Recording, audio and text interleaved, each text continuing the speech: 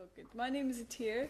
I'm a GFR Mitra, so that means I'm training for ordination in the movement.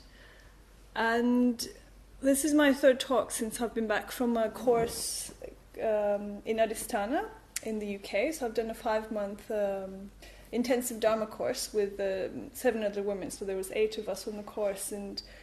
And this particular talk, I want to talk about friendship, spiritual friendship, based on my experience on the course and kind of my personal reflections around spiritual friendship. And I'm no expert on friendship, I'd be the first person to say this, but I care and I try, And because I try, I think, sometimes I think that's the best that we can do, I try and I really value friendship. So some of my reflections today are based on some things that have helped me and continue to help me around building better friendships, and some things that I have to remind myself to kind of invest in and do, actually. But just to give a context around friendship, and also I want to have some question time, like 5 minutes at the end for some questions, so if you do have any questions, hold on to them. But yeah, spiritual friendship. So how is spiritual friendship different than friendship?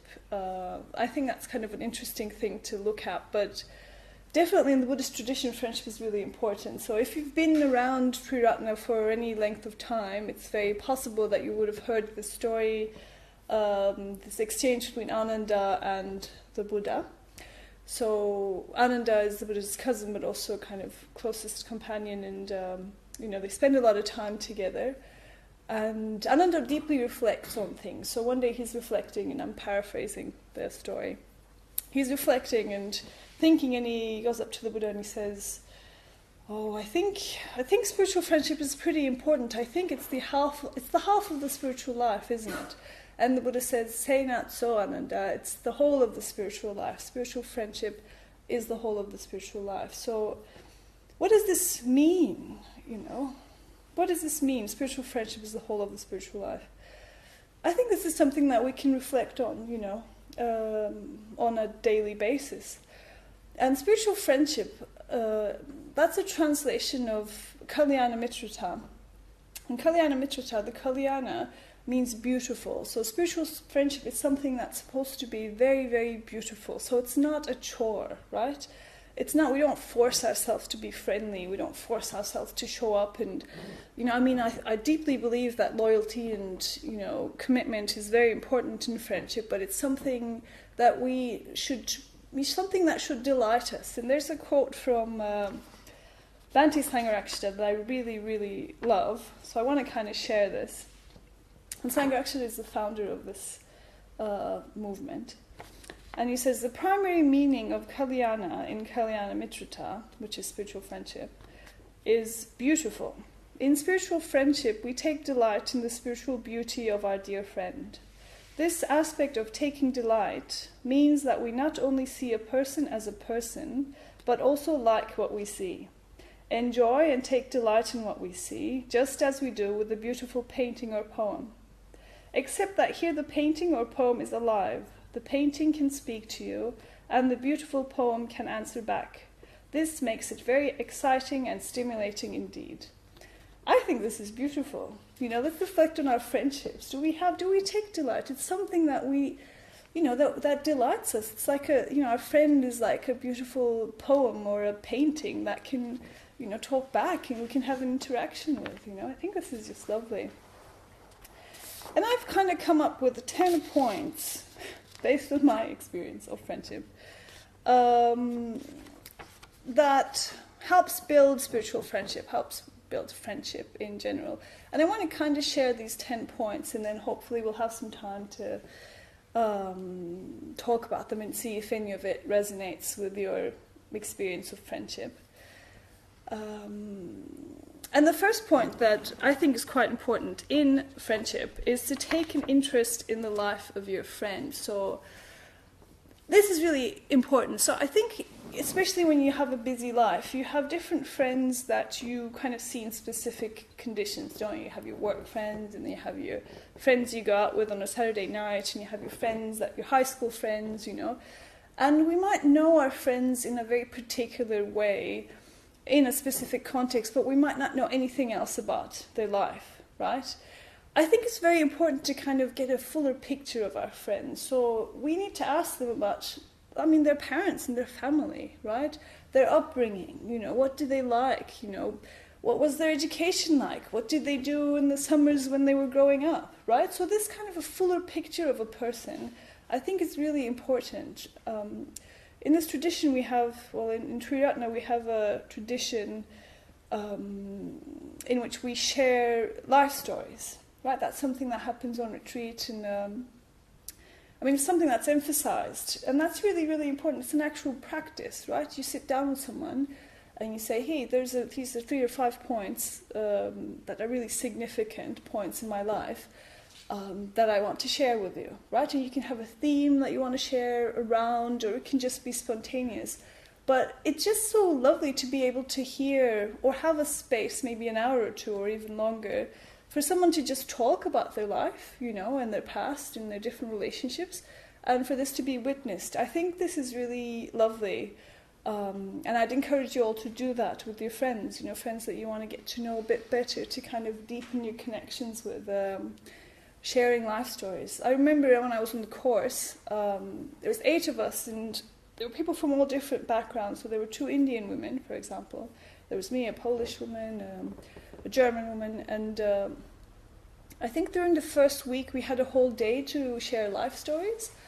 And that day really marked a shift in our friendship, right? Up until then, you kind of know people through, you meditate with them, and you're in the kitchen together, and you know little bits and pieces. But then when someone shares their life story, even if it's just half an hour to an hour, you're like, okay, so that's how things make more sense about the person, yeah? Because there's a fuller picture around why do they, don't like it when things are last minute, or why do they this, or why do they that, and then it's not so personal anymore, it's not, you realize that people are the way they are because of their conditioning, right?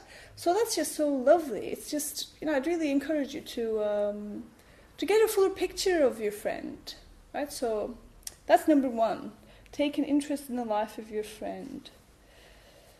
Number 2 is be proactive in developing friendships. So this is something I need to work on, actually, that I am working on.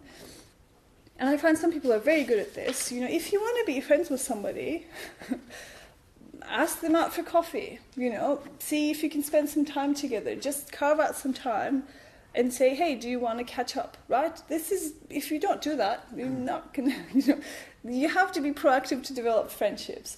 I think this is something in Triratna we do a lot, and initially it was really confusing to me because, people would ask me, do you want to catch up for coffee? And be like, what do they want to talk about? Do they want to kind of explore something, or is it, what's underneath it? And it's just people just want to hang out. It happened recently, actually, maybe a couple months ago. I was on the course, and someone emailed me just randomly and said, look, I'm going to come to Adhisthana. It would be lovely to have dinner and catch up. And I was like, oh dear, what do they want to talk about? And then, it was lovely. We had just a normal conversation, and I went up to my friend Simone and I said, it was interesting, such and such came and wanted to hang out with me, and, what's that about? And she called, that's called friendship. I was like, So that's it, that's what we got to do. We have to kind of have time for people and be proactive, and also have some of that time be unstructured, yeah? So not always try to do things, so not even just catching up for coffee, invite people over to your house if you can, and just spend time with people. We do that in relationships, but we don't do that with friends so often, which I find, why not, I think that's a great thing to do. Creating unstructured time with your friend, proactively, with no agenda. Yeah, I have many examples of this on the course, because we're doing a lot of things together, we're working together, and one day I think we were at the reception, kind of minding the reception. There was a big festival, it was a gathering, a festival at the retreat center, and we were just minding the reception, me and a few of my Dharma sisters on the course. And we just had like 2 hours or something and nothing to do, and it was just like so delightful. We're talking about, well, what's your favorite color? Oh yeah, and like looking at each other's hands and like all this kind of random, nonsensical kind of interaction, but you just notice after a while, everything kind of drops and everybody's a bit more vulnerable and open, and there's this sharing that doesn't have an agenda, because there's this unstructured time where you're just hanging out, and we don't really do that very much when everything's so busy, and and you want to catch up with that person and blah blah blah, and work, and ideally I hope that we all have a little bit of time where it's just you're just delighting another person, and there's an opportunity for it to be beautiful, Yeah, so that's number 2. Number 3, I have a few points about this, actually. They're a bit overlapping, but I think we really need to pay attention to how we talk to our friends, and don't take it for granted. So there's a sense where, in the Buddhist tradition, when you think about the precepts, we need to be kind, harmonious, helpful, truthful, lots of things, right? And sometimes I think with our good friend, we can take these things for granted and not actually pay that much attention, right? I think it's easier to pay attention to our speech if we don't know people very well, if there's a sense of but we might drop all of these kind of standards of speech when we can just take people for granted if they are our good friends, right? And I think that's not very helpful, and there still needs to be a sense of watching what we're saying. And I think in one area that this gets really tricky around is gossip, because sometimes I find with your good friend, it's very easy to gossip about other people, right? That's been my experience in watching other people. It's like, because you feel like they're, it doesn't matter what I say, we just blah, blah, blah. But gossip is so toxic, and it's not helpful to anyone, and when you say something negative about somebody else or something that is private, you kind of like, there's something inside of you that's not very nice and clean and pure, and then you're kind of spreading that out to someone else, and then it's just like, it's the spreading of something that's really not great, right? So I think we really got to watch gossip, and things change, you have a view about somebody, and then a couple of days later, you've gotten rid of that view, but your friend that you've gossiped with might still be carrying that, right? So it's really, really important to watch gossip and know, when you're talking about somebody else, just watch what's your intention, what's your intention under that, is it helpful what you're saying, is it timely, is it truthful, Yeah, and in comfortable friendships, I think there's a danger of this, there's a danger for gossip, and I think we need to watch that. And also I think we can call people on it as well. If you see somebody else, like I find this really important, if I sense something is about to turn into gossip, it's just okay to say, hey, let's not frame it like this, or maybe we don't need to talk about this anymore, like on your part, I think it's also important to not be on the receiving end of gossip, to be able to say, I don't want to participate in this actually, because it's just spreading something that's quite toxic. It takes a lot of courage, but I think overall it's quite helpful, to be able to stand up to gossip, which can be quite exciting, sometimes. Yeah. And you can always confess, so another practice is confession practice, but I won't go into that, because we're just on number 3. Okay, number 4. I wanted to make a point around honesty and our own needs.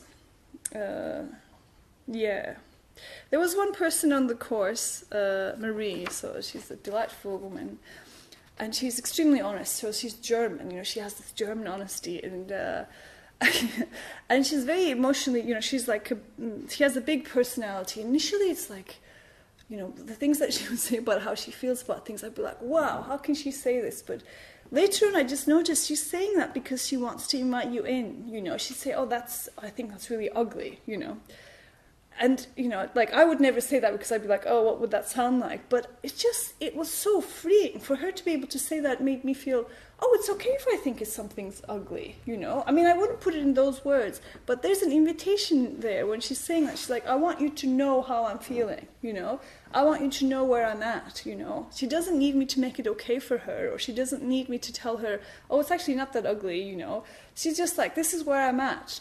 Are you going to meet me where I'm at, And it takes a while to get to this point, but, the structure of the course is so helpful in just like, yeah, I can see how you think that's ugly, and that's that. You know, I don't need to take this personally, and it's not about me, and it's just about you actually wanting to kind of share a little bit of yourself. And we need to be able to do that. You know, we need to be able to be honest with our friends, you know, and not in a way that we need to feel like we need to be validated all of the time, or, you know, people to agree with us. But there's a sense, I think that it's important to be able to actually say what we think to our friends without taking a risk, really. Because I think often we can be like, we don't want to say what we think because we think we might hurt our friend, and in some cases we might, but every now and then I think we need to take a bit more risks in our friendship and actually say what we think, yeah? I think this is really important in terms of building friendship. Like, for me, that's really changed me as a person on the course, to be able to say, I'm not having a great day. In the past, I'll try to like, oh, I agree with them, you know, I'm fine, blah, blah, blah. I'm not having a great day, and to be witnessed, and people to be able to say, yeah, you're not having a great day, that's all right. I don't mind, you know. I don't mind that you're not having a great day, you know. Zoe, my roommate, she'd be great, you know. Sometimes I'd be grumpy, and she'd be like, oh, are you tired? Are you a little bit tired today? You know, like a sense of, I can see you're grumpy, and I'm not taking it personally, and it's all right. But just be aware that you're a little bit grumpy, you know. So that's quite different than her being like, oh, I can't believe you're grumpy again, and don't talk to me. And, you know, it's just a sense of, I acknowledge where you're at, and that's all right, and I know it's going to pass, and we can work on this together, and I'm going to give you some space, yeah? And that doesn't happen if there isn't honesty, you know. It's just really important, I think. And it's also important to be able to say no, you know. I think that's also important. Not to feel obliged. Like, friendship loyalty doesn't mean you have to do what your friend wants you to do all of the time, right? Loyalty is a very interesting concept, actually, that's not straightforward. I think sometimes we assume it's straightforward, but the more I kind of reflect on commitment and loyalty, it's really not straightforward. It's something else. And it doesn't mean, yeah, if I don't want to do something, I would like to be able to, you know, say that and hope that it lands well, right? This kind of stuff develops friendship, you know. Always trying to be nice, it's great for a while, but then if you're not actually being honest and telling people where you're at, you're not allowing people to see you, which doesn't lend itself in the long term for building friendship, yeah? So we have to be nice, but we also have to let people know how we are, and sometimes that's not very nice, yeah? So there's a balance there, I think. Well, yeah, in my experience. Okay, be honest and don't suppress your own needs. That's number 4. Number 5 is don't assume you know what is going on for your friend. So we often do that, don't we? It's really funny how much we do that, but you know, in every interaction, so there's some information coming, and then there's all these blanks, you know, these blind spots in people, and then we just fill them in with different things, don't we? So that's called projection. So we either fill in these blanks with lots of positive stuff, and we think, that person is great, and we get along really well, and blah, blah, blah, and, you know, all of these unknowns, or we do that with negativity, and that's a negative projection. We think that person's awful, and all these qualities about them, and blah, blah, blah, right? So we're constantly filling in these gaps in our knowledge, and that's fine. That's how we make sense of the world, right? But what's the point of mindfulness? It's so that we're a bit more aware of this. We can't necessarily stop that, I think, but we can know what we're bringing to our friendships, right? And we can know we don't know what's going on for our friend, and that kind of allows us to not take things so personally, right? Because, you know, you look at your own internal world. Like, in the morning you're really happy and great, and in the afternoon you're angry, and in the evening you're scared, and who knows, you know. And we have to remember that our friend is going through exactly the same thing most of the time, right?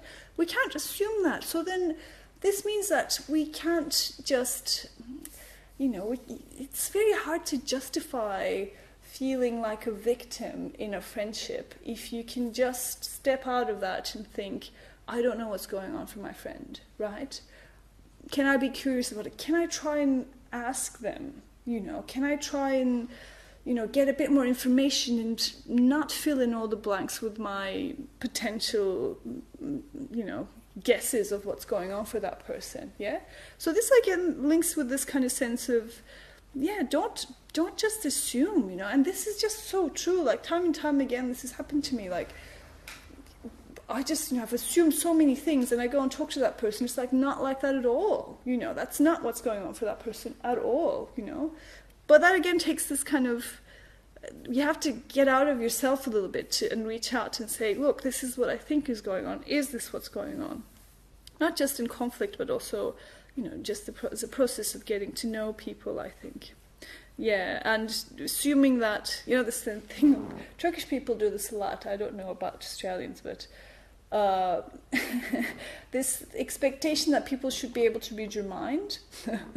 Like a sense of, well, they should have known that I'm pissed off. I clearly didn't talk to them on that occasion, and, what else do they want me to do? Like this kind of sense of,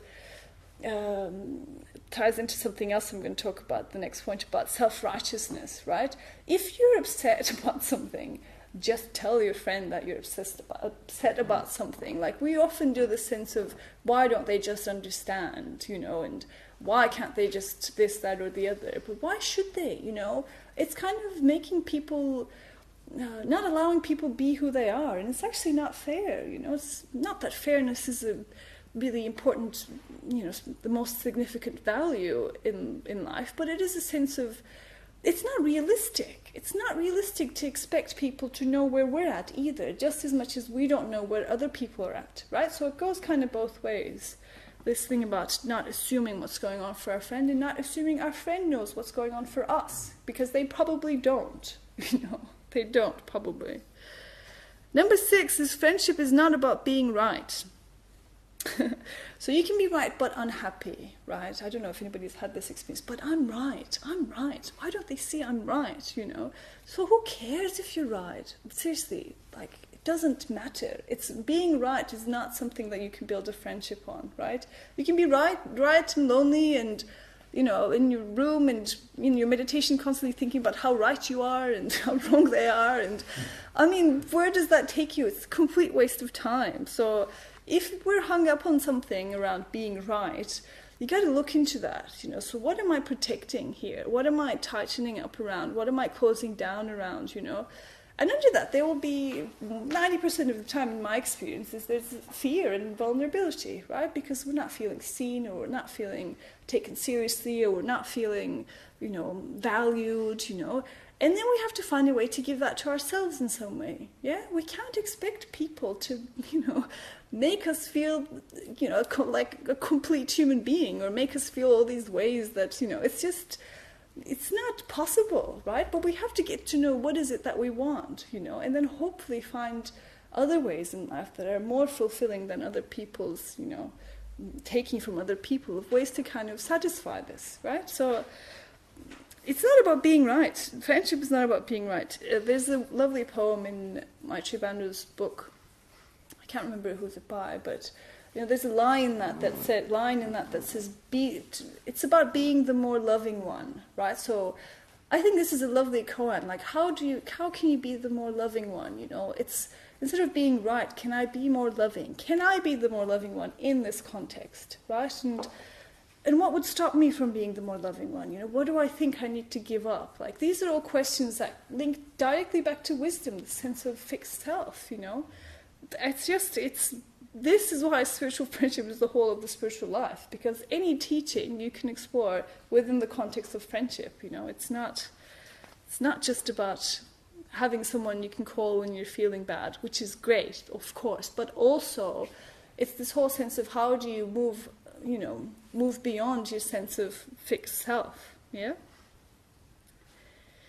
Number 7, don't take too long before apologizing. So this is, I think, very important.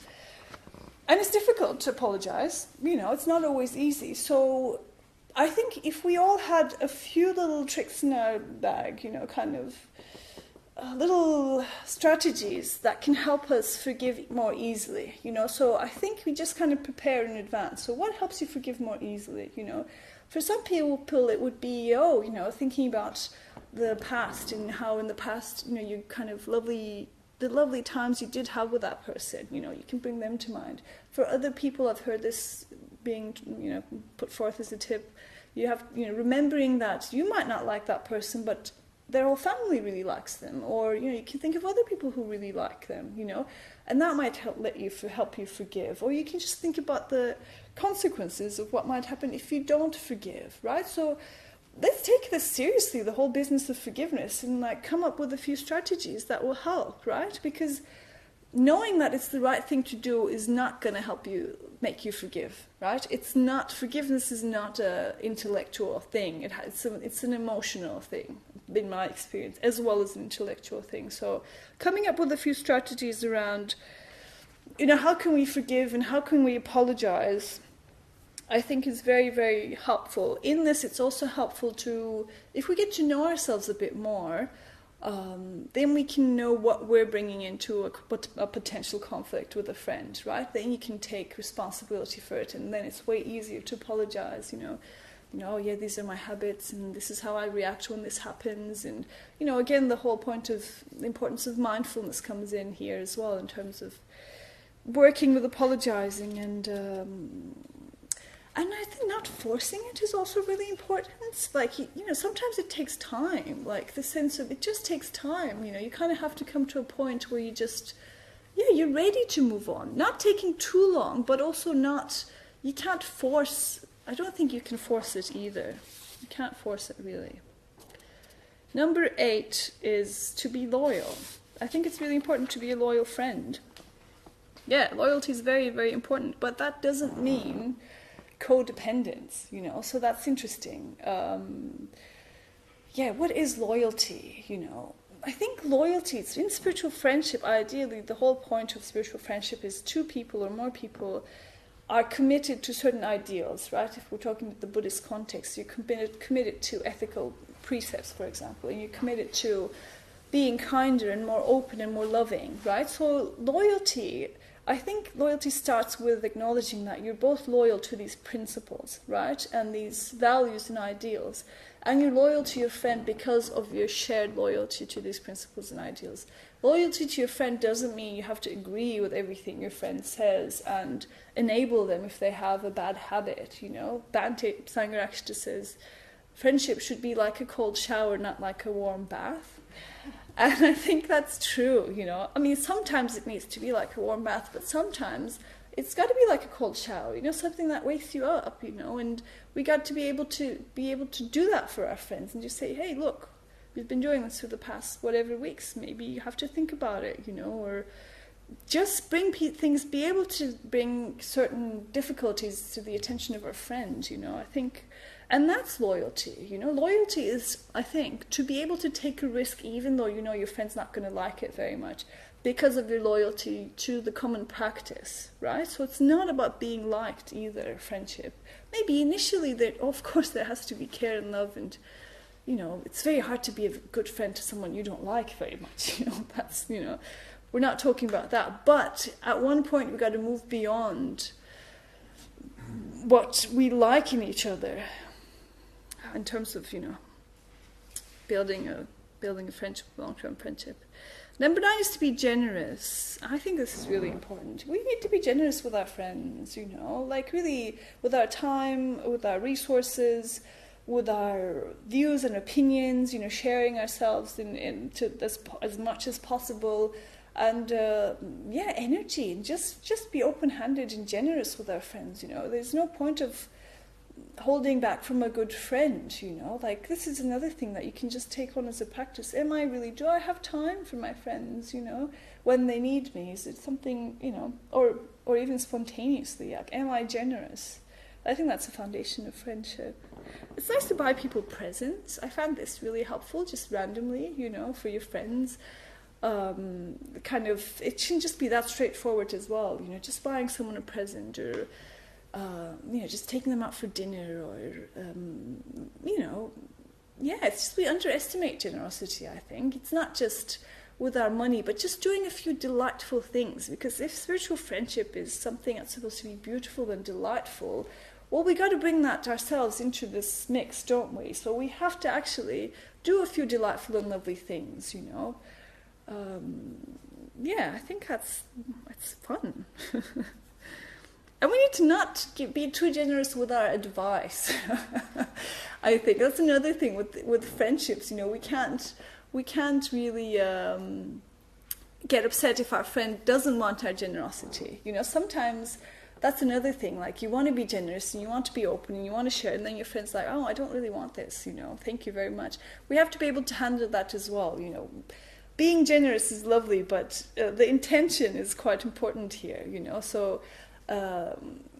We have to look at, if our generosity is not accepted in the way that is fulfilling for us, what's that about? Then it's not really open-handed, right? We're expecting something back, so kind of, all right, which is fine, but again, mindfulness, just being aware of it is important.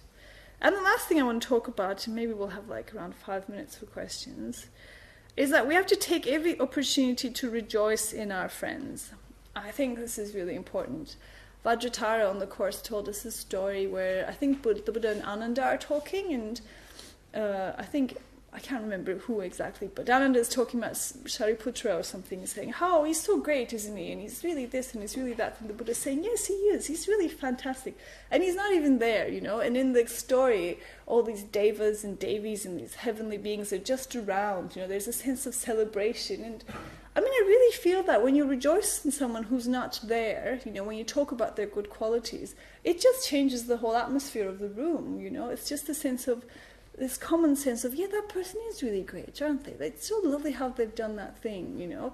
And that spreads, you know, just as how gossip can spread and can be toxic, rejoicing in someone can also spread, and that could be a beautiful thing, you know. And again, I don't think we do enough of this, you know. There's an order member in Turkey, Vaishachakso. He does this lovely practice whenever somebody sends him something about someone else that's positive, he'd copy and paste it and send it to that person saying, "Oh, such and such said this about you," you know. And this has come my way a couple of times, and it's just every time I've gotten that, it's just brightened my day. It's like, oh, it's so nice that that person has said something lovely about me, you know. It's just like, yeah, you know, I want it. This is just, you're spreading something that's beautiful, and I really try to do that as well. When I hear someone say something positive about someone, I go to them and say, "Hey, you know, we mentioned you the other day, and that was really fantastic." And it's just, you know, it really makes a difference. It's a really delightful thing to do. Again, adding delight to friendship, you know, it's just something that we can keep in mind, you know. Yeah. So we got to invest in our friendships and in our friends. So it's not just leave it to be some sort of coincidental spending time together because we both like coffee kind of thing, you know, which is great. But to have real depth in friendship, A, it's possible, and B, we got to do the work. But the work is delightful and lovely, you know. It's not showing up and sorting things out, you know. Sometimes, yes, but most of the time, hopefully, there's a sense of kind of open-hearted, you know, excitement to see our friend, yeah? So I'm going to leave it there, and we'll have a little bit of time for questions if you have any questions.